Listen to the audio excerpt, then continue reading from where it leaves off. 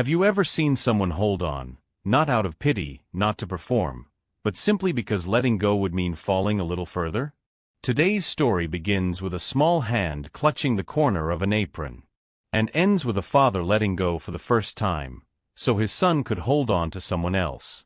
If you believe that not all embraces need to be returned, that sometimes, just being still is enough to keep someone grounded, tap like and subscribe. Stay with us to the end, because today, someone who said nothing made an entire restaurant stop and feel everything.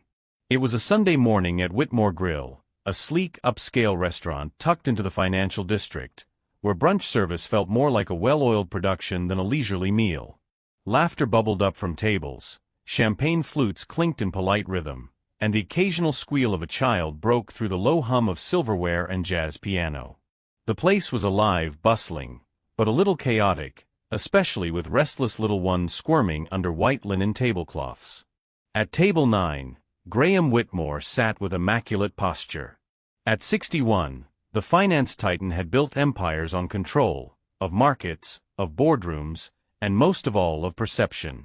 He didn't so much dine as preside, dressed in crisp navy wool, eyes sharp behind frameless glasses. Everything about him, his gaze, his silence, even the way he held his fork, warned the world not to mistake his presence for idleness. Next to him sat his 8-year-old son, Benji. The boy was a small contrast against his father's towering presence. Slight frame, blonde hair a little tousled, fingers twitching rhythmically on the edge of the linen napkin. His eyes darted, not out of curiosity, but from something heavier. A need to track everything, to know where every sound came from, to stay prepared in a world that never quite made sense.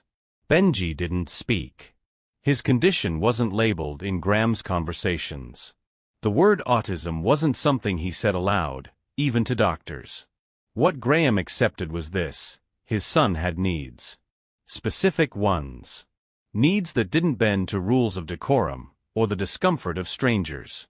When overwhelmed, Benji gripped things, objects, fabrics, sometimes people, with fierce, unrelenting pressure. It was his tether when the world began to slip. Emma Tran, 27, moved through the dining room with a quiet steadiness that didn't demand attention, but always managed to earn it. She wasn't just efficient, she was observant, with a calm presence that softened even the most impatient customers. Today, she carried a tray of Belgian waffles and fresh fruit toward table 9, navigating between high chairs and half-empty mimosas. As she approached, she leaned slightly to set the plates on the table. That's when it happened. Benji's hand shot out, not like a reflex, but like a plea, and grabbed the edge of her apron. Just the fabric. Just that. Emma paused. It wasn't a grab for attention. There was no eye contact. No words. Just his hand, clinging to the hem of her apron, fingers curled and unmoving. His breathing remained steady, but his body tensed slightly, and he leaned ever so slightly into her space. She glanced down, only once. She didn't flinch. She didn't pull away. She didn't crouch down to his level with a bright, fake voice asking, "What's wrong, sweetie?" Instead, she let the tray slide gently onto the nearest table beside her, took a breath, and without a word, knelt beside him. Benji wrapped his arms tightly around her waist, resting the side of his face against her apron. Not clinging for affection. Not asking for anything. Just holding. He didn't move. Neither did she. The restaurant kept humming around them. Diners whispered. A woman at table 8 frowned. A child pointed. Somewhere, a waiter paused mid-pour. A hush settled around the immediate tables. Not silence, but a recalibration. Something intimate was happening, but no one quite knew what to call it. From his seat, Graham's spine stiffened. His instinct was immediate. Cut in, correct, control. He was halfway to standing. His eyes locked on Emma, on the breach of service etiquette, on the eyes watching them. But he didn't move. Maybe it was the way she knelt without performance. Maybe it was the way Benji's shoulders stopped twitching. Or maybe it was something quieter, something Graham hadn't yet learned to name. the deep, unsettling realization that he had never been the one his son turned to in moments like this. So he stayed in his seat, jaw clenched, hands folded tightly. Emma didn't look up at him. She didn't explain herself. She didn't seem worried about what anyone else thought. She simply stayed, grounding a boy who couldn't find his footing, letting him decide when safety felt real again. And Benji, his grip never loosened, but his breathing slowed. The chaos of the restaurant blurred into background noise. All that remained was this still point, a waitress on her knees, and a child holding on like she was the last solid thing left in motion. Emma didn't move. Not right away. She felt the weight of his grip, not heavy, not painful but full. Full of something wordless, something deep. It wasn't just a boy grabbing for comfort. It was the kind of hold that said, if I let go now, I might fall through the floor. She glanced down, the hem of her apron still clenched in his small fists. Her knees locked for a second, the tray of food balanced perfectly in her right hand. Any other server might have laughed, gently uncurled the fingers, offered a cheerful oops, what's all this now? And moved on with the rest of their shift.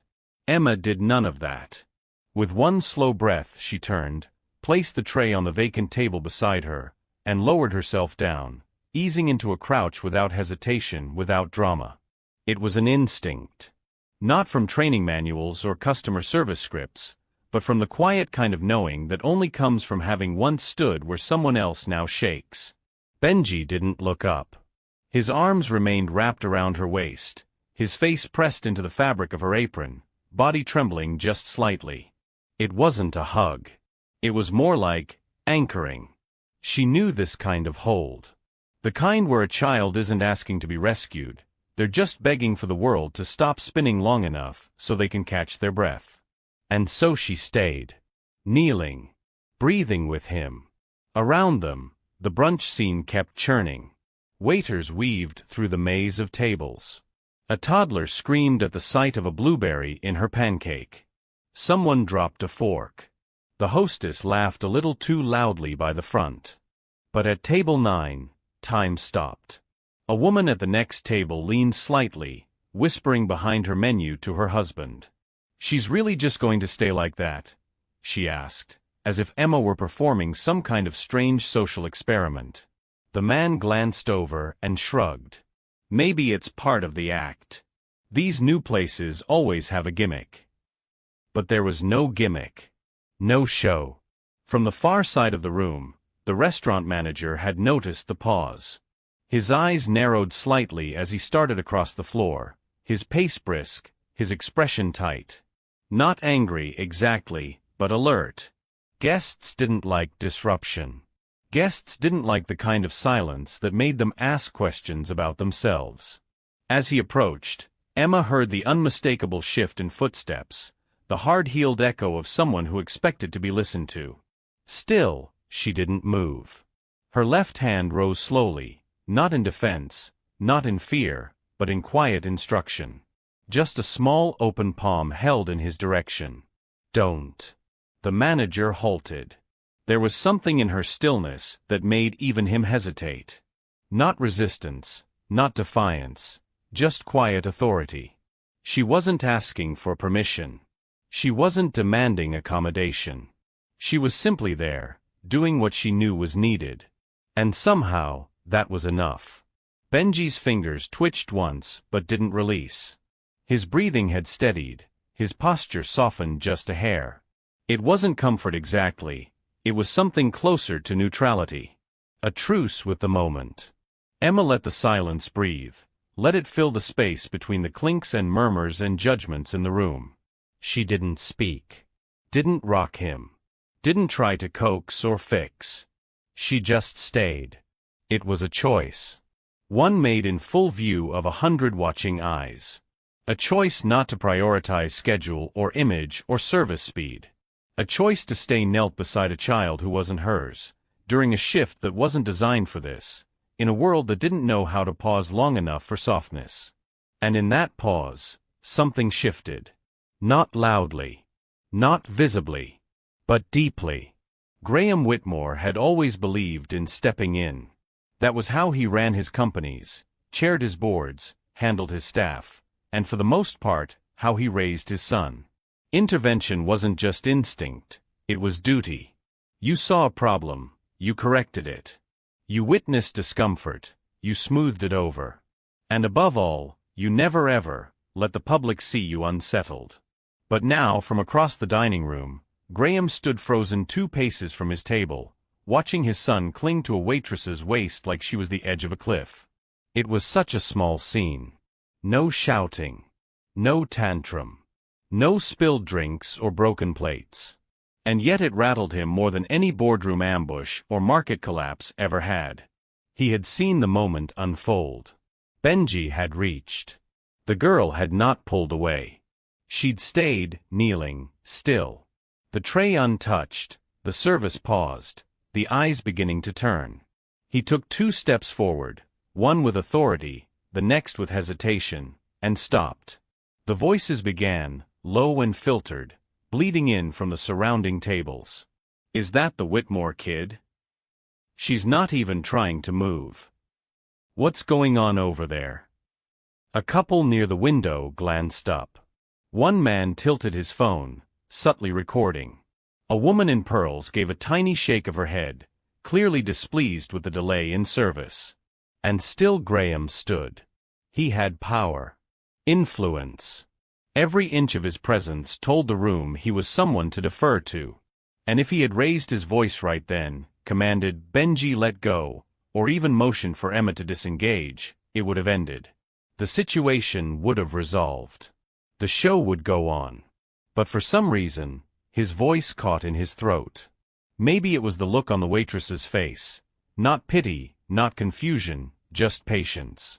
Maybe it was the way Benji's fists didn't tremble anymore. Maybe it was because, for the first time in a long time, Graham realized he was watching his son be still. Not compliant. Not medicated. Not coaxed. Just still. He shifted slightly, eyes darting to the manager who stood a few feet away, awaiting a cue. Graham didn't give one. For all his years controlling rooms and commanding respect, he found himself standing amid murmurs and half-swallowed judgment, and doing nothing. No. Not nothing. He inhaled slowly, deliberately. The air inside the restaurant smelled like warm bread, citrus, and faint tension. He let the breath out through his nose, and with it, something looser than he expected. He didn't call for Benji. Didn't bark orders. Didn't offer an apologetic smile to the guests, now watching this small family drama play out in real time. He let the moment be. The realization landed slowly. There was no danger. No embarrassment to prevent. No social line being crossed that hadn't already been erased by his own absence in so many of his son's quiet storms. Maybe Emma knew that. Maybe Benji did too. Maybe Graham was the only one still catching up. He stood a little longer, posture straighter now, not defensive, but uncertain in a way he hadn't allowed himself to feel in decades. And then, hands at his sides, he took a half step back toward his seat and lowered himself silently into the chair. His eyes didn't leave his son. But for once, they weren't scanning for signs of misbehavior, of things to manage or mask. They were watching something he didn't understand, and wasn't trying to fix. Around him, the murmurs faded. The clatter resumed. Dishes arrived. Glasses refilled. The world continued. And Graham, for the first time in a public setting, allowed himself to not intervene. They stayed like that for minutes that felt like hours. Benji's arms around Emma's waist, his small body pressed against her in perfect stillness, as though the quiet itself was the only thing keeping him from unraveling. Emma didn't move. She kept her knees bent, her body grounded, her breathing steady, anchoring him with something far more powerful than words. There was no rush in her presence. No shifting. No sighing. She was a still point in a world that often demanded motion. And slowly, like the tide easing away from shore, Benji let go. Not all at once. Not dramatically. Just a quiet shift in his fingers, a soft loosening. First one hand, then the other. His cheek lifted gently from the fabric of her apron. He took a step back, not startled, not pulled, but of his own accord. Emma didn't look at him. She didn't speak. Didn't ask if he was okay. Didn't smile to assure the guests around them that the strange moment had passed and brunch could resume as normal. She simply reached down and smoothed out the wrinkle on her apron where his face had been. It was a gesture so small, so tender, it almost went unnoticed. Not for him, but for herself. As if, by adjusting the fabric, she acknowledged the importance of what had just happened without placing weight on it. Benji stood still. Then, with a soft shuffle of his sneakers on the hardwood floor, he turned. His steps were slow, deliberate. But something in the way he walked, his shoulders less hunched, his hands no longer curled into fists, spoke of a tension released. Not erased, but eased. He returned to his seat at table 9. Graham, who had been watching the entire time without moving, didn't say a word. His eyes followed every step his son took, not critically, but curiously, as if seeing the boy for the first time without the lens of constant worry. Benji climbed into his chair, settled into the corner of the booth, and reached for the spoon beside his glass of water. His hand, usually trembling with the anxiety of new spaces, held steady as he dipped it into the water and tapped it once against the rim of the glass. The sound was soft. A ritual of grounding. Familiar. Controlled. No one applauded. No one acknowledged it with nods or praise. And yet something profound had passed through that room, quietly, privately. Emma stood slowly, dusting off the knees of her black slacks. She didn't glance toward Graham, didn't glance at anyone. She simply picked up the tray from the side table and returned to her station, moving with the same calm she'd carried into the room minutes earlier. Not triumphant. Not changed. Just present. Just real. From the bar, the manager watched her return to her section, face unreadable. Somewhere, a child laughed again. The restaurant seemed to exhale. No explanations were given. None were asked. But Benji's hand didn't shake when he reached for his napkin. And that was enough. The brunch rush had ended. Customers filtered out in soft waves, leaving behind half-empty glasses, crumpled napkins, and the faint scent of maple syrup and espresso. Sunlight filtered through the tall front windows of Whitmore Grill, casting long streaks across the tiled floor. Staff reset tables and folded menus. The world outside spun on. Inside, Graham waited. He stood near the back hallway, close to the server station, awkward in his tailored blazer, clearly out of place but rooted in something he hadn't quite named yet. He watched Emma refill a water pitcher, her movements as calm and measured as they'd been all morning. When she turned to head toward the back room, he stepped forward. "Excuse me," he said, voice low but unmistakable. Emma paused, meeting his gaze. He gestured to the hallway behind them. "Do you have a moment?" She nodded, followed him to a quiet corner just out of sight. No one else was around. No eyes watching. No need to perform. For a beat, neither of them spoke. Then Graham, crossing his arms in front of him like a man who'd spent his life guarding more than money, asked flatly, "You don't think that was a little much?" Emma tilted her head slightly. "What part?" He hesitated, then clarified. Letting him hold on like that. Just letting it go on. There was no judgment in his voice, but there was something beneath it, a weight, a confusion he hadn't bothered to mask.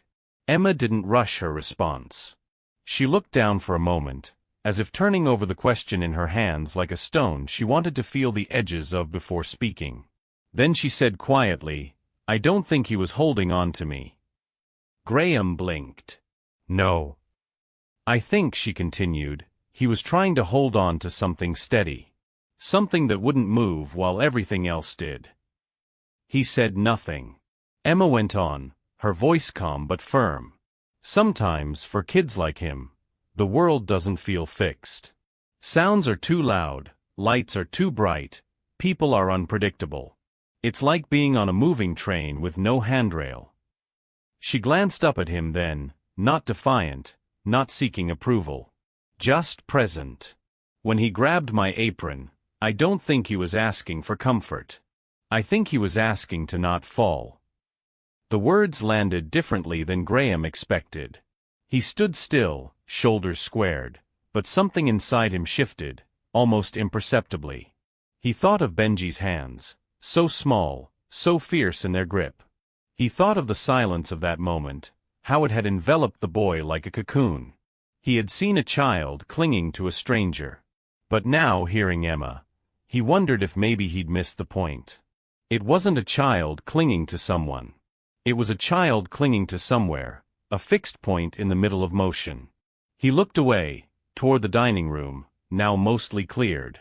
I've spent years, he said slowly, trying to keep things together.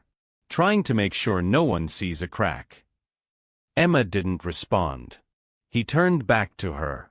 I thought that's what protecting him meant. Holding everything in place so he wouldn't fall apart. A pause.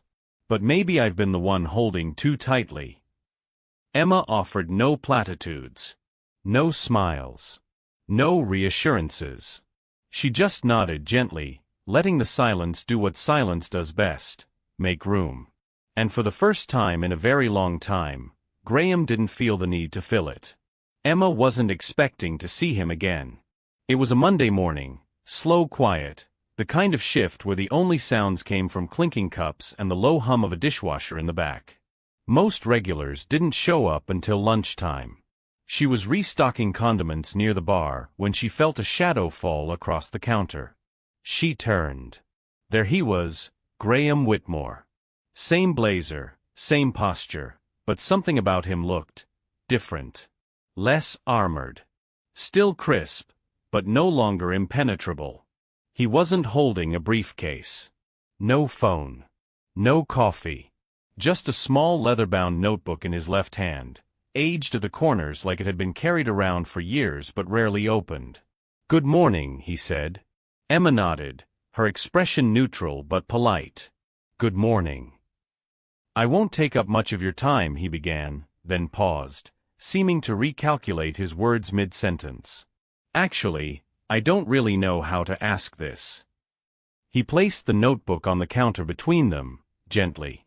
Not pushing it toward her, just letting it rest there. "I've been writing," he said, glancing down at it. "Trying to document things. Or maybe rewrite them." Emma raised her eyebrows slightly. Graham continued, his voice lower. "Not business. Not speeches. Just small things. Memories. Thoughts. Mostly about Benji." There was a moment of stillness between them. Not awkward, just open. "I realized," he said slowly, "that I don't know how to hold him." Emma didn't speak. "I mean physically. Emotionally. I don't know how to be a place where he feels safe to land. I've always thought I needed to be firm, stable, strong. But maybe what he needs is someone who can just be with him, even when I don't have answers." He looked up at her now, eyes steady. "I'm not here to ask for advice," he said. "And I'm not asking you to fix anything." Another pause. "But if I'm trying to learn a new way to be his father," he gestured toward the notebook, "maybe I need someone nearby, at least in the beginning. Someone who knows how to stay still. Who knows how not to move too quickly." His voice softened further. "Would you mind being around during the first few tries?" Emma didn't smile. Didn't rush to answer. She reached forward and gently touched the edge of the notebook with 2 fingers, almost like testing its weight. Then she looked up and nodded once. That was it. No contract. No conditions. No gratitude exchanged or lessons recited. Just a man trying to start over, and a woman who understood that sometimes, presence was the only help worth offering. They stood there a moment longer, not saying anything. Outside, the first guests of the day were arriving. The sun shifted through the windows. Time moved forward. And somewhere in the space between guilt and grace, a father began again. The room was simple, bright walls, soft rugs, wide windows that let the light in without letting it overwhelm. There were no desks, no clipboards, no scheduled activities or instructions on the board. Just quiet corners. Beanbags. A few chairs. A couch. And space, open space, not to be filled but to be respected. They called it Stay Still. It wasn't a program that came with fanfare or funding from large foundations. It didn't promise miraculous outcomes or sweeping behavior changes. What it offered was far more radical: permission. For children, especially those like Benji, to hold on, to sit close, to ask for connection not with words, but with presence. No questions asked. No explanations required. Graham had helped fund it. Emma had helped build it. Together, they had shaped something that had never existed in Graham's world, a space where stillness wasn't equated with weakness, but with safety. And now, for the first time, they were watching it come to life. The first few sessions had been quiet. Children wandered in slowly, some standing against the wall for long stretches, some crawling into corners. Some reached for someone's sleeve. Others sat close but didn't touch. It wasn't about contact. It was about choice. Today, during the third group session, Benji entered on his own. He didn't cling to the doorway. Didn't scan the room with panic. He walked straight to the soft circle of mats where a few others were already sitting. A volunteer, a young woman with warm eyes and a slow smile, sat with her hands folded in her lap. She had been briefed, not on Benji's condition, but on the practice: stay still, breathe, do not correct. Benji paused in front of her. The room seemed to still a little more. Without speaking, he stepped closer and gently wrapped his arms around her waist. Not tightly, just enough to say, "I'm here." Then slowly, he lifted one hand and placed it over her heart. The woman didn't flinch. She didn't ask, "Are you okay?" or "What are you doing?" She didn't lean down or whisper soothing reassurances. She simply placed her hand over his and remained still, matching his breath, honoring his pace. It lasted maybe a minute. Maybe two. Time didn't matter in that room. Silence didn't beg to be filled. It was a space where understanding didn't need translation. No one in the room asked what had just happened. No one tried to label it as progress or breakthrough. It simply was. Graham stood in the back, watching through the window, his hands tucked into his coat pockets. He didn't take notes. He didn't pace. He just watched. For the first time, he didn't feel the need to step in and define what his son's moment meant. He didn't wonder whether it was appropriate, or measurable, or expected. He just let it happen. Beside him, Emma stood with her arms folded loosely, a quiet smile softening her face. She didn't speak either. She knew what the stillness was worth. After a moment, Benji pulled back gently, gave a single nod, and returned to the mat where he sat cross-legged, silent but anchored. No one applauded. No one said "good job." But everyone, every volunteer, every child, every silent adult watching from behind glass, felt something shift in the room. It wasn't about what had changed. It was about what had been allowed. Sometimes, you don't hold someone to comfort them. Sometimes, you hold someone so you don't drift away yourself. And sometimes, if you're lucky, someone stays long enough to let that holding matter. Sometimes, the kindest thing you can do is stay still. As we grow older, we begin to understand that not every problem needs fixing, and not every silence needs filling. Some of the most profound moments in life are the ones where we simply stay. Not to rescue, not to explain, but to be present while someone else finds their footing. This story reminds us of something easy to forget in a world obsessed with quick answers. Human connection doesn't always come through words or actions. Sometimes it's found in stillness, in the quiet act of allowing someone to hold on until they feel safe enough to let go. Graham, a man who built his life on control and performance, learns this the hard way. For years, he tried to hold his son together by holding everything else in place. But what Benji needed wasn't a perfect father. He needed someone willing to be close, even when there was nothing to say. Someone who wouldn't rush him. Someone who understood that sometimes, holding on isn't about clinging to another person. It's about finding an anchor in a world that spins too fast. Emma, the young waitress, didn't try to comfort Benji with words. She didn't ask him to explain himself. She offered no advice. She simply stayed. And that quiet choice became the turning point of the story. For older adults, parents, grandparents, mentors, this speaks to something deeply familiar. We've seen the world speed up. We've watched younger generations face struggles we never imagined. But the impulse to fix, to teach, to step in can sometimes get in the way of what's most needed: calm presence, steady hands, open hearts. The truth is, sometimes a child doesn't need to be cheered up or told everything will be okay. Sometimes, they just need to know we're not leaving, that we'll be there until the storm passes. Not because we have the answers, but because we're not afraid to sit with the questions. So the next time someone in your life reaches out, not with words, but with a look, a pause, a trembling hand, consider not rushing to react. Consider just being there. Hold still. Let them hold on. And trust that your quiet presence might be exactly what they need to remember they're not alone. Have you ever witnessed an embrace that seemed to last too long, and found yourself wondering, when is enough? Maybe it wasn't about how long it lasted. Maybe that one untimely hug was the only thing keeping someone from falling into a place no one else could name. If you believe in the quiet power of being there, like and subscribe to Justice Reloaded HD. And tell us, who's the person you once held on to, or who once held on to you, that you'll never forget?